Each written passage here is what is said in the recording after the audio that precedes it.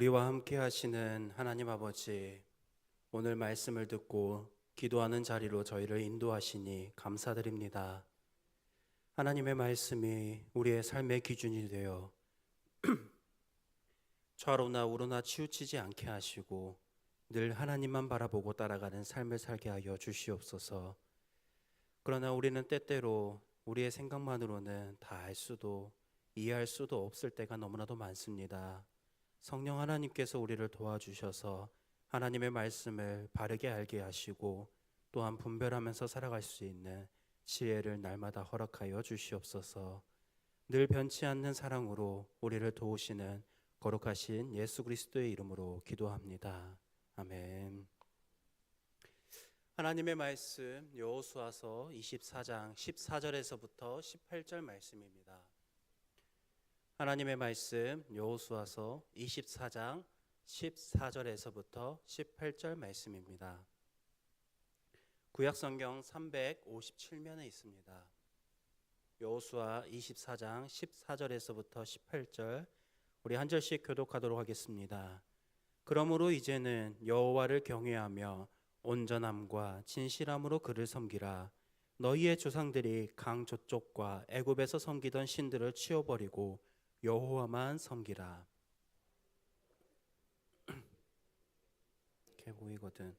너희 조상들이 강 저쪽에서 섬기던 신들이든지 또는 너희가 거주하는 땅에 있는 아모리 족속의 신들이든지 너희가 섬길 자를 오늘 택하라. 오직 나와 내 집은 여호와를 섬기겠노라 하니 백성이 대답하여 이르되 우리가 결단코 여호와를 버리고 다른 신들을 섬기기를 하지 아니하오리니 친히 우리와 우리 조상들을 인도하여 애굽 땅 종되었던 집에서 올라오게 하시고 역들을 행하시고 우리가 행한 모든 길과 우리가 지나온 모든 우리를 보호 함께 읽겠습니다. 여호와께서 또 모든 백성들과 이 땅에 거주하던 아모리 족속을 우리 앞에서 쫓아내셨음이라. 그러므로 우리도 여호와를 섬기리니 그는 우리 하나님이심이니이다 하니라. 아멘. 우리가 읽지는 않았지만 24장 1절을 보면 여호수아는 모든 이스라엘 백성들을 세겜에 모이도록 했습니다. 그가 이스라엘 백성들을 세겜에 모이게 한 이유는 여호수아가 이제 죽을 날을 앞두고 있었기 때문입니다.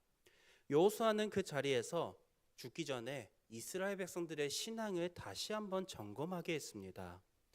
그들이 지금 있는 이 세겜이라고 하는 곳은 아브라함이 처음 하나님께 제단을 쌓았던 곳이기도 하지만 우리가 최근에 새벽 본문을 통해서 함께 말씀을 나눴던 것처럼 창세기 35장, 34장을 보면 하나님께서 야곱을 도와주셨던 그러한 장소이기도 합니다. 야곱의 자식들이 딸 디나가 부끄러운 일을 당했을 때 그 세겜 땅 추장의 아들들 그리고 그 모든 백성들을 속이고 죽여버렸습니다. 그리고 성읍을 약탈했습니다. 그들은 분명하게 하나님 앞에서 죄를 범하였음에도 하나님은 그들을 두려워하게 하심으로써 야곱을 지켜주셨습니다. 그리고 하나님께서 야곱에게 나타나셔서 베델로 인도하여 주셨습니다. 세겜이라고 하는 곳은 이러한 하나님의 역사가 드러났었던 곳이며 다르게 이야기하면 야곱과 그의 가족들 그리고 아브라함은 그들이 섬겼던 우상 그 모든 것들을 내려놓고 이제 하나님만을 섬기겠노라 다짐했었던 장소이기도 했습니다. 여호수아가 바로 이러한 곳에서 과거의 역사를 다시 한번 기억하게 했습니다. 여호수아는 왜 이스라엘 백성들에게 굳이 과거의 역사를 기억하게 했을까요? 사실 과거의 역사는 그들의 조상들이 얼마나 많이 실수했는지를 보여주는 이야기이기도 합니다. 그러나 그럼에도 불구하고 그 과거의 이야기를 꺼냈었던 것은 그 가운데 분명하게 함께 하셨던 하나님의 역사하시는 손길을 기억하게 하기 위함이었습니다. 하나님이 어떻게 그들을 부르셨고 인도하셨는지를 말합니다. 그리고 이 모든 이야기를 마치고 난 이후에 오늘 우리가 함께 읽었던 본문 14절에서 이렇게 말합니다. 그러므로 이제는 여호와를 경외하며 온전함과 진실함으로 그를 섬기라. 처음에 어떻게 시작합니까? 그러므로라고 시작합니다. 이 그러므로는 그 말 안에는 그들이 지나온 모든 시간이 함축적으로 담겨 있는 것입니다. 애굽에서 종이었던 시간, 광야를 걸어왔었던 그 모든 시간, 그리고 지금에 있는 그 가나안 땅까지 하나님께서 모든 것을 인도하셨다는 것을 함축적으로 담아서 그러므로라고 이야기하고 있는 것입니다. 여호수아는 이것을 알았습니다. 본인의 능력과 본인의 사람의 지혜로만 이 땅에 온 것이 아니라 하나님의 역사하심이 분명하게 있었기 때문에 그들이 이곳까지 온 줄로 알고 있었습니다. 그래서 이렇게 말하는 겁니다. 처음과 끝을 요약해 보면 그러므로 섬기라입니다. 이 말은 명령이기 전에 우리의 삶의 결론이기도 합니다. 하나님이 이렇게 하셨기 때문에 이제는 사람은 그렇게 그 은혜에 합당하게 반응하여 응답해야 한다는 것을 이야기하고 있습니다. 그래서 우리의 삶을 되돌아보면 이 신앙이라고 한다는 것은 하나님을 믿고 따르는 것은 억지로 시작하지 않습니다. 우리가 무언가를 결단하고 하나님 앞에 내가 하나님의 일에 순종하겠습니다 라고 고백하는 그 순간에는 하나님께서 나에게 은혜를 주셨던 것을 깨닫는 순간도 있고 새롭게 은혜를 주셨을 때에 그 은혜에서부터 시작합니다. 그래서 여호수아는 억지로 그들에게 바로 곧바로 해가지고 여호와를 섬기십시오 라고 말한 게 아니라 먼저 하나님께서 그들에게 베풀어 주셨던 은혜를 기억하게 한 이후에 그러므로 섬기라 라고 말하고 있습니다. 은혜는 결국은 신앙생활은 하나님께서 우리에게 주신 은혜를 아는 것에서부터 시작하는 것입니다. 그렇다면 여기서 우리는 한 걸음 더 나아가서 생각해 봐야 합니다. 여호수아가 과거의 역사를 기억하면서 직접적으로 말하지는 않았지만 이스라엘 백성들에게 기억하라라고 말한 것은 단순히 과거의 역사만을 기억하게 한 것이 아닙니다.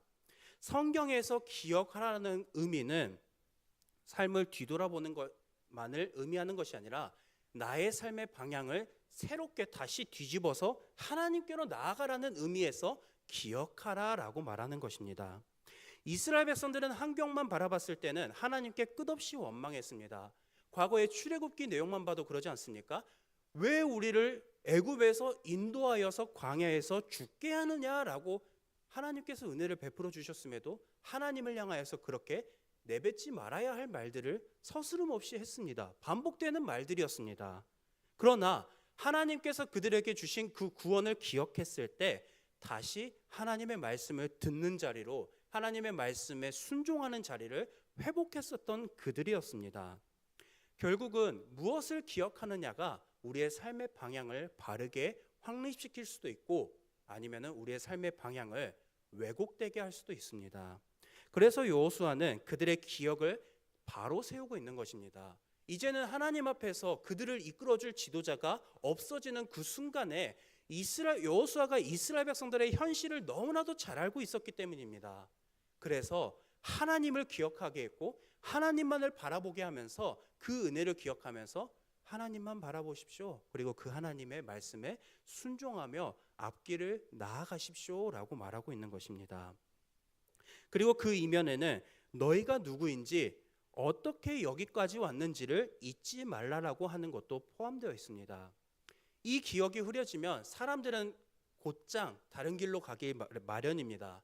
눈에 보이는 것, 당장 의지할 수 있는 것, 또 내가 통제할 수 있는 것을 붙들면서 살아갈 때가 있습니다.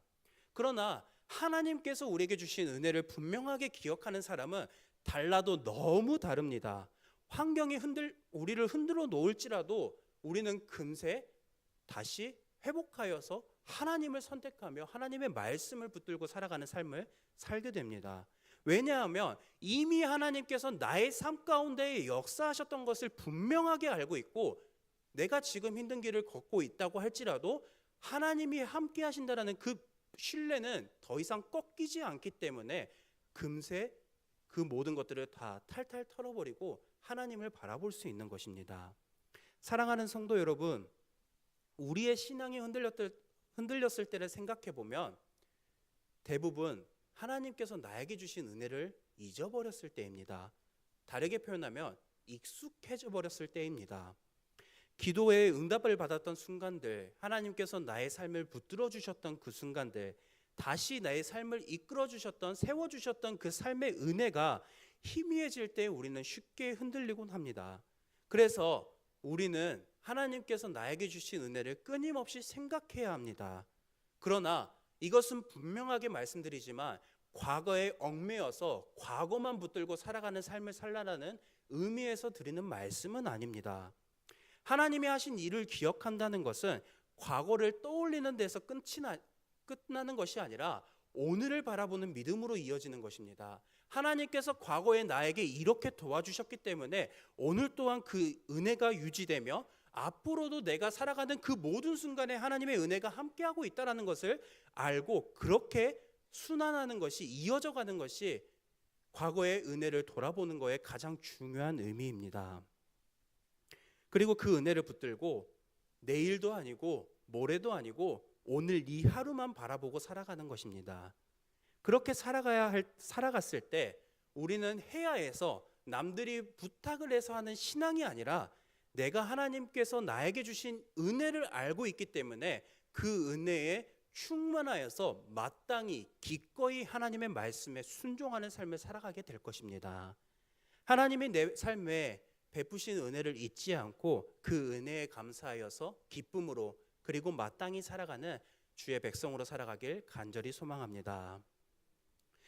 여호수아는 하나님께서 그들에게 베푸신 은혜를 기억하게 한 이후에 분명하게 결단을 요구합니다. 본문 15절 일부분입니다. 너희가 섬길 자를 언제 택하라고 말합니까? 오늘 택하라라고 말합니다. 여호수아는 백성들에게 지금 세겜에서 이스라엘 백성들이 이렇게 모여 있는 상황 가운데에 하나님께서 우리를 이렇게까지 인도하셨고 은혜를 주셨다라고 말한 직후에 곧이어서 생각을 깊게 할 시간도 주지 않고 오늘 택하라라고 이야기합니다. 여호수아는 백성들에게 그 자리에서 선택을 하게 합니다. 왜냐하면 지금 이스라엘 백성들은 가나안 땅에 들어왔기 때문입니다. 가나안 땅은 어떤 땅입니까?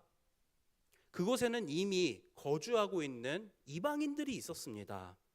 그들만의 문화가 삶의 방식으로 자리 잡고 있었던 환경이기도 합니다. 그들의 삶의 방식이 어떠한 환경입니까? 하나님을 알고 하나님을 선택하며 하나님의 말씀을 붙드는 삶입니까? 그렇지 않기 때문에 오늘 선택하라라고 말하는 것이겠죠.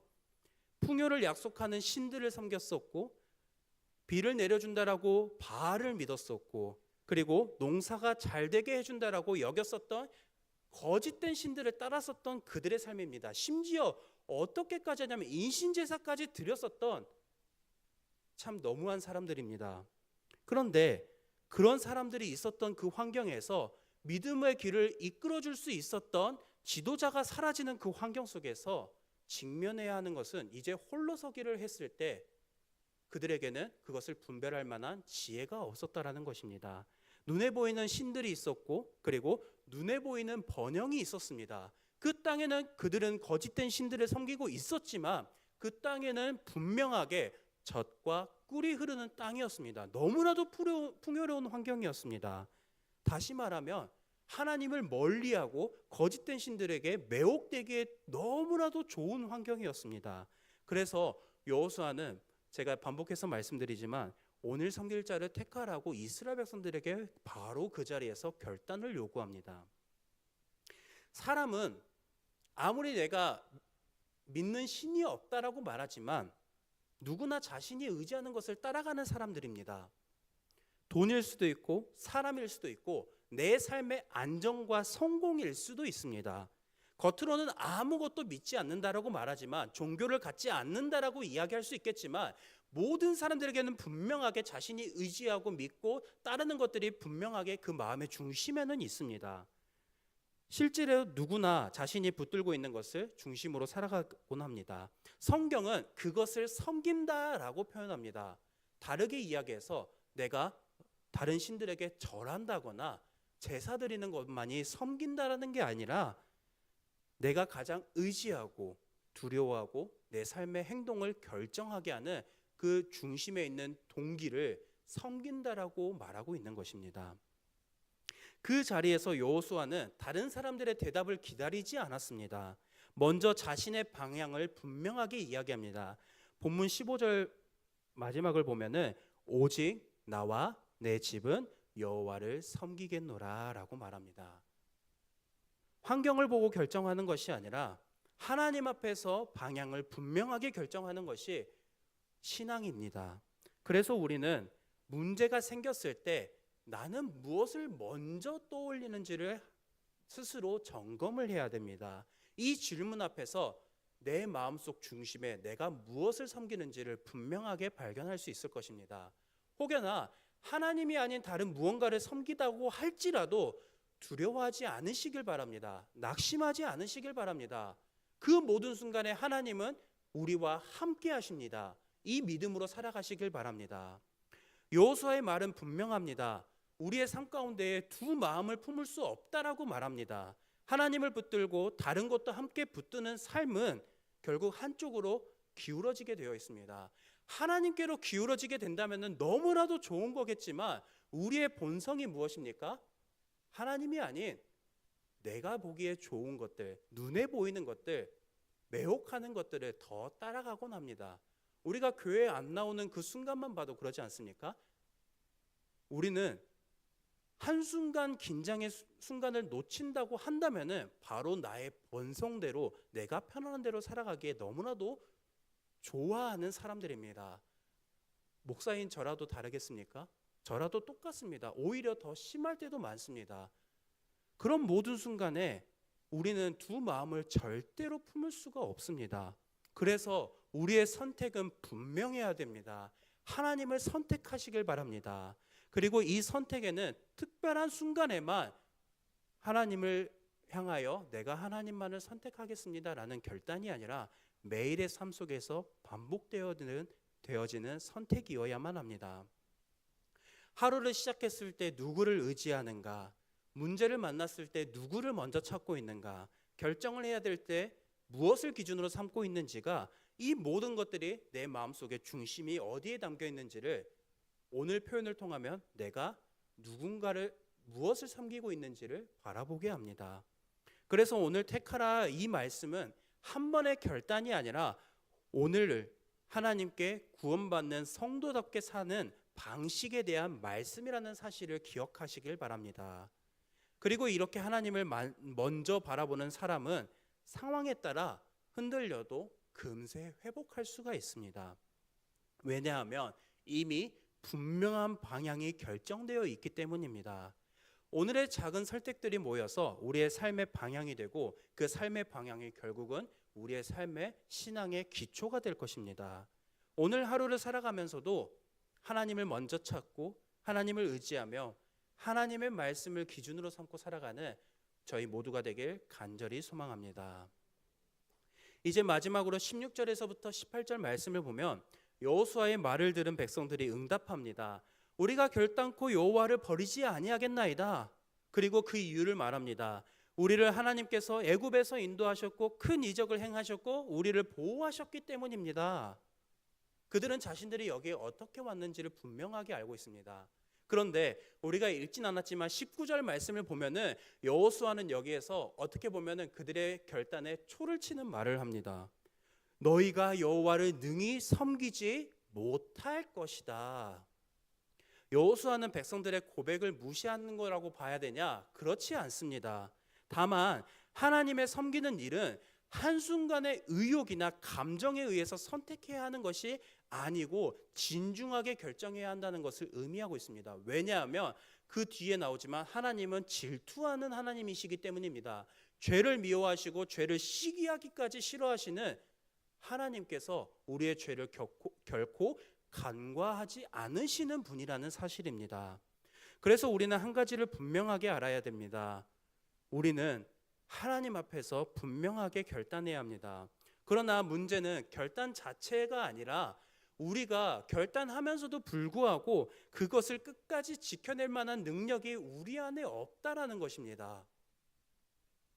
그렇지 않습니까? 올 한 해 1월 1일 맞이하면서 11월 30일에서 1월 1일로 넘어가는 그 순간에 믿음의 결단 무엇을 하셨습니까?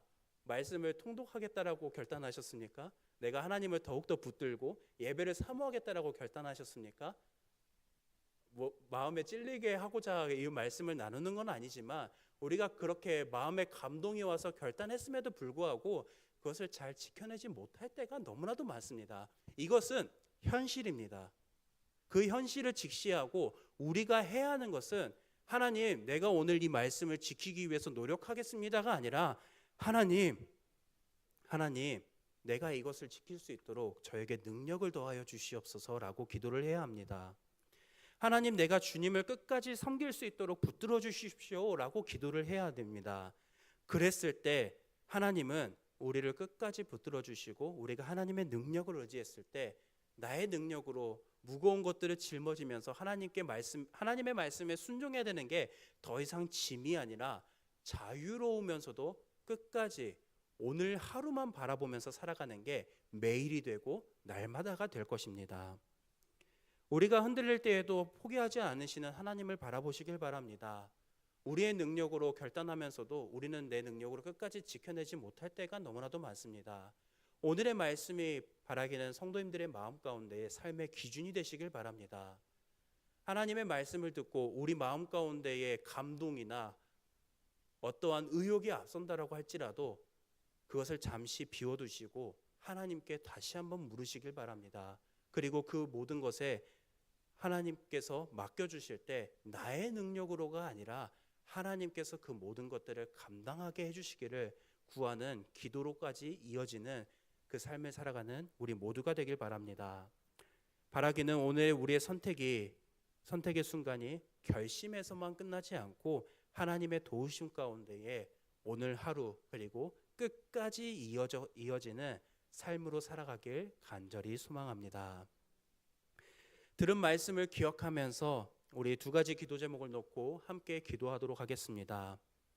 하나님께서 지금까지 내 삶을 인도하시고 붙들어 주신 은혜를 잊지 않게 하시고 어떤 상황 속에서도 세상보다 하나님을 먼저 선택하며 살아가는 성도 되게 하소서. 그리고 두 번째로 순간의 감정이나 결심에만 머무르는 신앙이 아니라 연약하고 흔들릴 때마다 하나님을 다시 붙들게 하시고 하나님의 도우심 가운데에 끝까지 순종하며 살아갈 수 있는 성도로 살아가게 하소서. 우리 이 시간이 들은 말씀을 기억하면서 두 가지 기도 제목을 붙들고 함께 기도하며 나아가겠습니다. 기도하겠습니다. 사랑과 은혜가 풍성하신 아버지 하나님, 오늘 이 시간 하나님께서 우리에게 주신 그 말씀을